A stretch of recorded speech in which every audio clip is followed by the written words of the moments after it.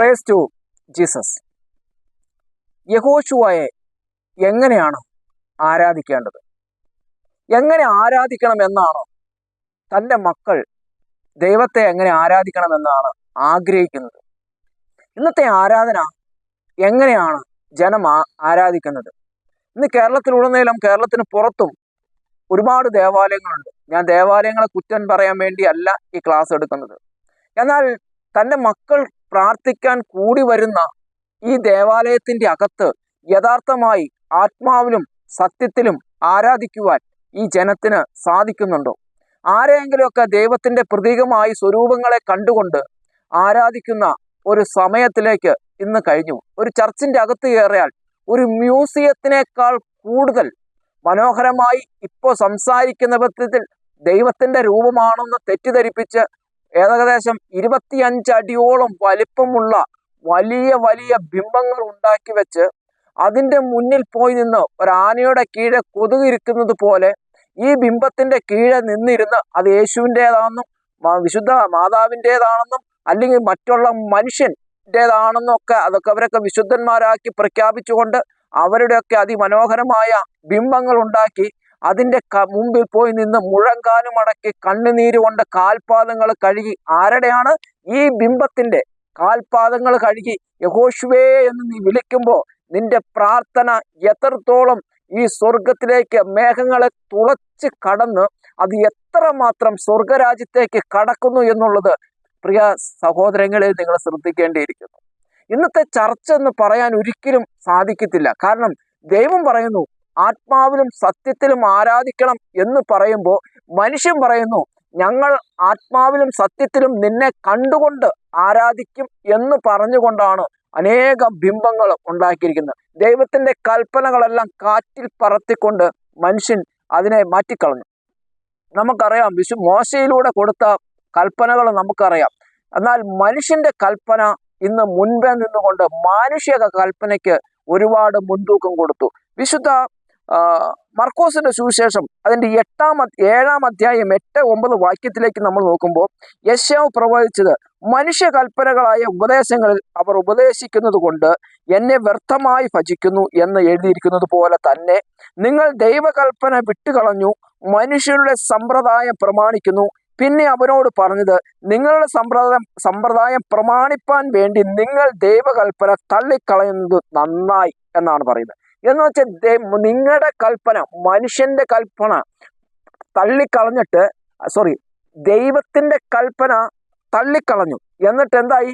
മനുഷ്യന്റെ കൽപ്പന പ്രമാണിക്കാൻ വേണ്ടി ഇതുപോലെയുള്ള ബിംബങ്ങളെ ഉണ്ടാക്കി വെച്ചിട്ട് അത് പറഞ്ഞു ഇതുണ്ടാക്കാം, ഇത് സ്വരൂപങ്ങളാണ്, ഇതുണ്ടാക്കിയതിൽ തെറ്റുമില്ല, യേശുവിൻ്റെതാണെന്ന് പറയപ്പെടുന്ന ഏതൊക്കെയോ മ്ലേച്ഛതമായ രൂപങ്ങളെ ഉണ്ടാക്കി വെച്ചിട്ട് ഇതിൻ്റെ മുന്നിൽ പോയി ഈ ജനം മുട്ടുകാൽ മടക്കി ആരാധിക്കുന്നു. എത്രയോ ഭയാനകമാണ് എന്ന് ശ്രദ്ധിക്കണം. സ്തോത്രം, ഹല്ലേലൂയ.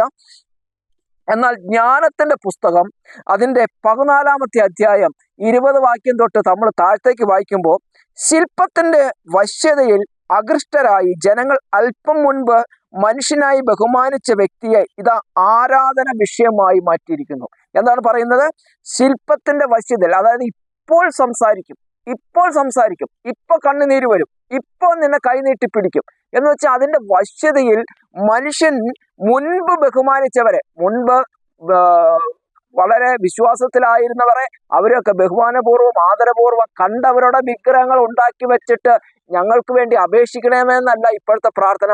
ഞങ്ങളെ ഒന്ന് സഹായിക്കൂ, ഞങ്ങളെ ഒന്ന് രക്ഷിക്കൂ. 25 അടി ഉയരമുള്ള ബിംബത്തിന്റെ മുമ്പിൽ പോയി നിന്ന് കൊച്ചമ്മമാരും കൊച്ചപ്പന്മാരും ഒക്കെ മുഴങ്കാലും അടക്കി ഈ പൊട്ട വിഗ്രഹത്തിന്റെ കാൽപാദത്തിൽ തിരുമുകയും തൊട്ട് ചുംബിക്കുകയും ചെയ്യുന്ന ഈ വിവരം കെട്ട ജനങ്ങൾ ഒന്ന് ശ്രദ്ധിച്ചു നോക്കി.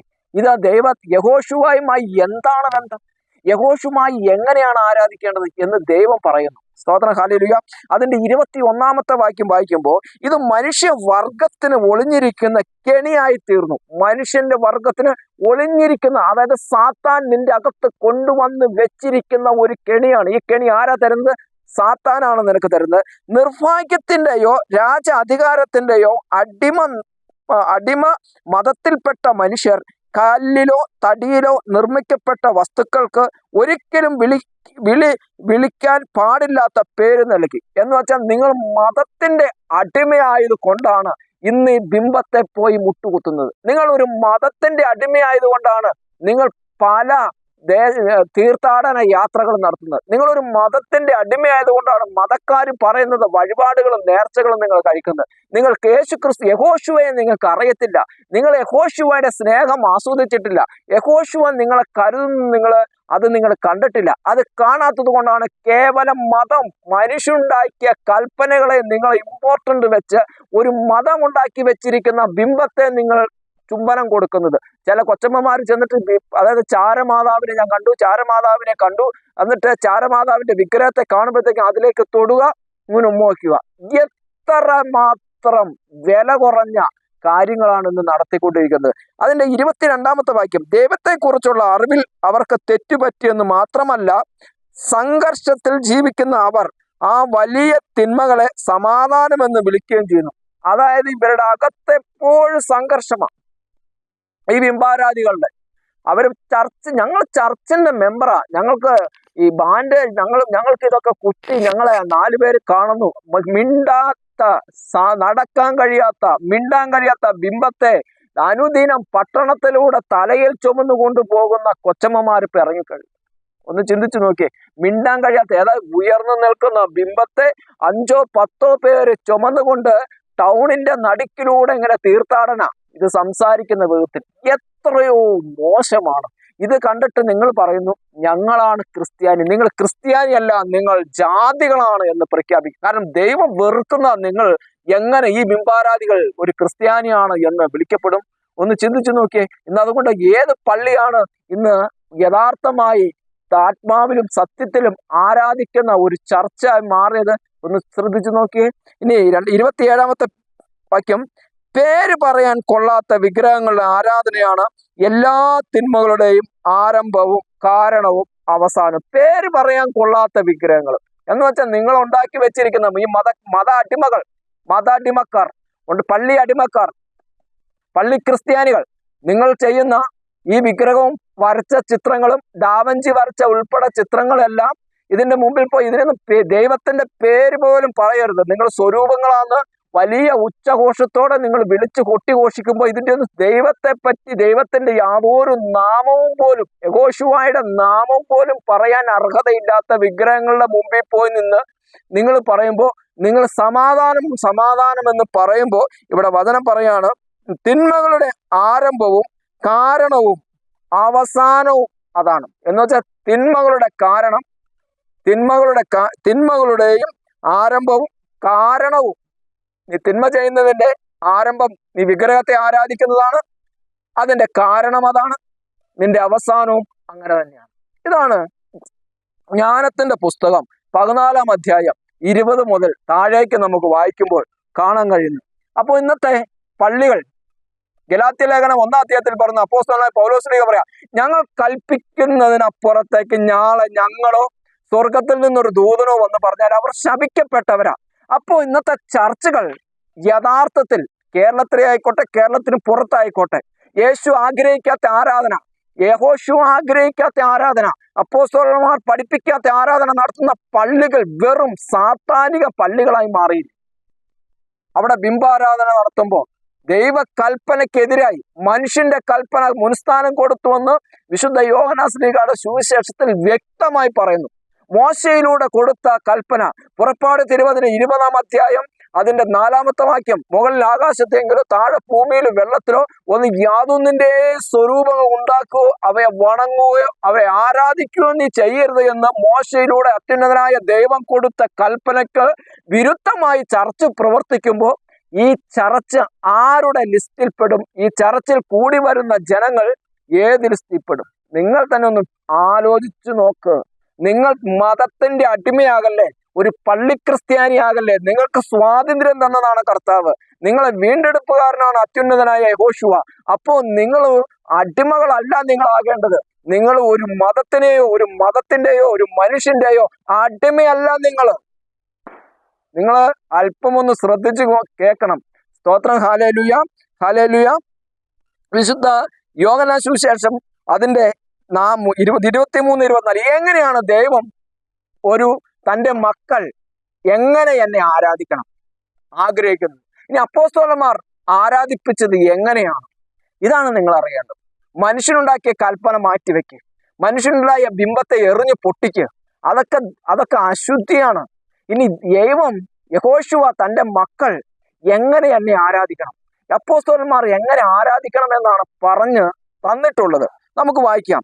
വിശുദ്ധ യോഹന്നാൻ സുവിശേഷം അതിന് 4-ാം അധ്യായം 23-24 വായിക്കുമ്പോൾ, എന്നാൽ യഥാർത്ഥ ആരാധകർ, ഇവിടെ പറയുന്നു, യഹോശുവ പറയുന്നു, യഥാർത്ഥ ആരാധകർ ആത്മാവിലും സത്യത്തിലും പിതാവിനെ ആരാധിക്കുന്ന സമയം വരുന്നു, അല്ല അതിപ്പോൾ തന്നെയാണ്. യഥാർത്ഥത്തിൽ അങ്ങനെയുള്ള ഒരു ആരാധകരെ തന്നെയാണ് പിതാവ് അന്വേഷിക്കുന്നത്. എത്ര സ്നേഹത്തോടു കൂടി കർത്താവ് പറയാം, എത്ര വാത്സല്യത്തോടു കൂടി യഹോശുവ പറയും. ഞാൻ അന്വേഷിക്കുന്നത് എന്നെ ആത്മാവിലും സത്യത്തിലും ആരാധിക്കുന്ന ജനത്തെയാണ് ഞാൻ അന്വേഷിക്കുന്നത്.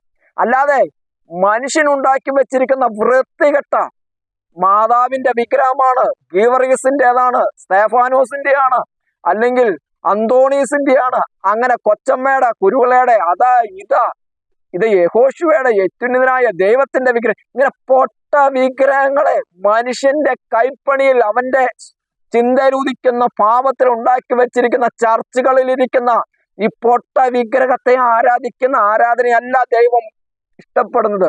നീ ആത്മാവിലും സത്യത്തിലും എന്നെ ആരാധിക്കുന്ന ജനമുണ്ടോ എന്ന് ഞാൻ അന്വേഷിക്കുക എന്ന് പറയും. വചനം വായിക്കുക. നിങ്ങൾ മത അടിമകളാകല്ലേ, നിങ്ങൾ വചനം വായിക്കുക. നിങ്ങൾ ചർച്ചിന്റെ അടിമയാകല്ലേ നിങ്ങൾ. സ്തോത്രം. Hallelujah, hallelujah. 24-ാമത്തെ വാക്യം, വിശുദ്ധ 24-ാമത്തെ വാക്യം, ദൈവം ആത്മാവാണ്, അവിടുന്ന് ആരാധിക്കുന്നവർ ആത്മാവിലും സത്യത്തിലുമാണ് ആരാധിക്കണം. ഇതാണ് പറഞ്ഞത്. ദൈവം ആത്മാവ് സർവ്വരൂപിയ എന്ന് വെച്ചാൽ ഇവിടെ പ്രാർത്ഥിക്കുന്നവനും മുംബൈ പ്രാർത്ഥിക്കുന്നവനും അമേരിക്ക പ്രാർത്ഥിക്കുന്നവനെല്ലാം ഒരേ ടൈമിലാണ്.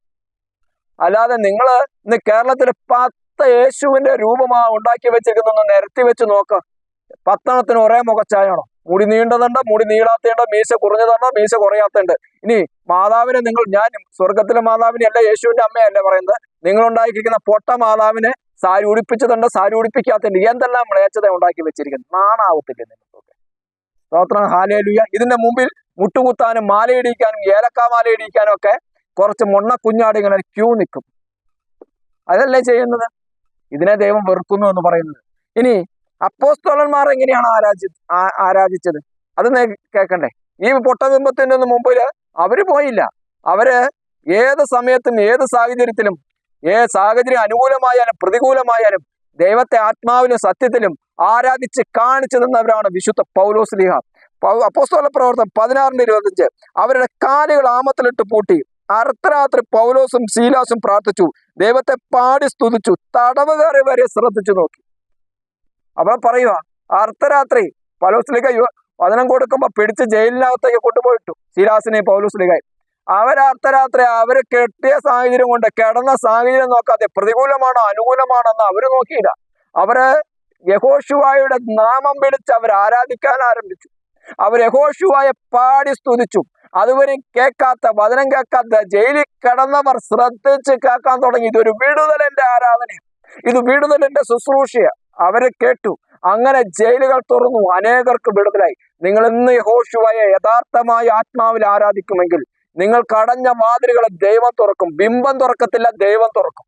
സ്തോത്രം. Hallelujah, hallelujah. അതുകൊണ്ട് പ്രിയ സഹോദരങ്ങളെ, നിങ്ങൾ ഒരു പള്ളി ക്രിസ്ത്യാനിയാകാതെ, പള്ളിയുടെ അടിമയാകാതെ, കേവലം ഒരു മനുഷ്യനുണ്ടായ കൽപ്പനയെ അനുസരിച്ച് ബിംബത്തിന്റെ കാൽപാദത്തിൽ പോയി മുട്ടുകുത്തി കണ്ണീരൊഴുക്കുന്ന കൊച്ചമ്മമാരെ ഞാൻ പറയുക, നിങ്ങൾ മാറും. നിങ്ങൾക്ക് സ്വർഗരാജ്യം വേണമെങ്കിൽ വിഗ്രഹാരാധികൾ സ്വർഗരാജ്യത്ത് പോകത്തില്ല. നിങ്ങൾ എത്ര വലിയ ഉയർന്ന സഭയാന്ന് പറഞ്ഞാലും പോകത്തില്ല. കർത്താവ് പറഞ്ഞ പിന്നെ അതിൻ്റെ അകത്ത് എന്തു മാറ്റമുണ്ട്? അതുകൊണ്ട് ഇവിടെ കുറച്ച് ഞാഞ്ഞൂളും ഞപ്പളാക്കിയൊക്കെ കിട്ടുമായിരിക്കും, പക്ഷെ സ്വർഗരാജ്യം കാണാൻ നിന്നെ കൊണ്ട് സാധിക്കത്തില്ല. മാനസാന്തരപ്പെട്, വചനം കേൾക്ക്, വചനമെടുത്ത് വായിക്ക്, എന്നിട്ട് വിടുതലിനായി കർത്തൃസന്നിധിയിൽ മുഴങ്കാലും മടക്ക്. സ്തോത്രം. ഹല്ലേലൂയ. കേട്ട എല്ലാ ദൈവമക്കളെയും ദൈവം സമർത്ഥമായി അനുഗ്രഹിക്കട്ടെ. God bless you. ആമേൻ.